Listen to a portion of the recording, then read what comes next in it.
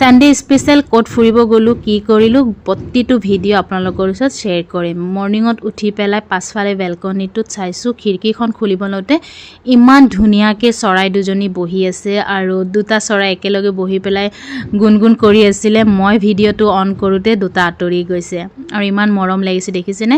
আৰু আলহী ঘৰত আহি পায়ে একে ইমান ধুনীয়াকৈ নাস্তা দিছে। চাওকচোন ইমান মৰম লগা পিঠাকেইটা, চাওকচোন ইমান ধুনীয়াকৈ ফুলিছে পিঠাকেইটা আৰু ঘৰত বনোৱা কেক আৰু পায়স দি পেলাই আমাক ইমান ধুনীয়াকৈ ঠাণ্ডা নাস্তা চাহ দি পেলাই আমাক নাস্তা খাবলৈ দিলে।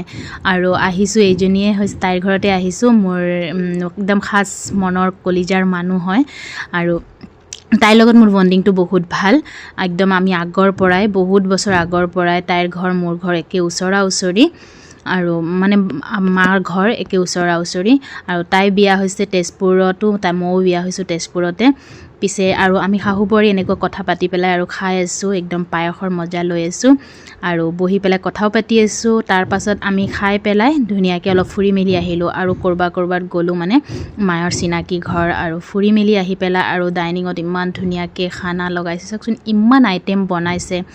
মাছ, আণ্ডা গ্ৰেভি, পনীৰ, আচাৰ, মটন আৰু লোকেল চিকেন, চব ইমান ধুনীয়াকৈ বনাইছে। বুটৰ দাইল আছিলে আৰু বেঙেনা ভাজা আছিলে। ইমান ধুনীয়া, একদম কালাৰফুল একদম টেষ্টি খানা। কাৰণো ভাল নালাগে, চবৰে ভাল লাগে, হয় নাই বাৰু। তাৰপিছত চাওকচোন মাছৰ পিচকেইটা ইমান ডাঙৰ আৰু পনীৰৰ ৰেচিপিটো মোৰে হয়। মোৰ ৰেচিপি চাই পেলাই তাই পনীৰ বনাইছে, বহুত টেষ্টি হৈছিলে, মোতকৈও ভাল হৈছিলে। আৰু এয়া ঘৰত বনোৱা আচাৰ আৰু লোকেল চিকেন। পাছে এনেকুৱা খাই মেলি পেলাই আকৌ আমি ফুৰিব যাম, যিহেতু আমি ফুৰিবলৈ আহিছোঁ আৰু বহুত ফুৰিবলৈ বাকী আছে। আৰু এই তাহাঁতৰ এইটো ঘৰ হয়, ইমান ধুনীয়াকৈ সজাই পৰাই ৰাখিছে, হয়নে, ভাল লাগিছে। আৰু খাই মেলি পেলাই আকৌ আমি ওলাই যাম ফুৰিবলৈ, যিহেতু আৰু বহুত জেগাত ফুৰিবলৈ আছে আৰু খবৰ আহিয়ে আছে। তাৰপিছত আমি আহিলোঁ ফুৰিবলৈ আহিলোঁ, মানে যাৰ ঘৰত গৈছিলোঁ তাৰে ডাঙৰ বৰজনাৰ ঘৰত ফুৰিবলৈ আহিছোঁ। আৰু আমাক ইয়াতো নাস্তা দিলে খাবলৈ। আৰু এইটো সিহঁতৰ ঘৰ, মই অকণমান নিজকো আপোনালোকৰ ওচৰত দেখুৱাই দিছোঁ।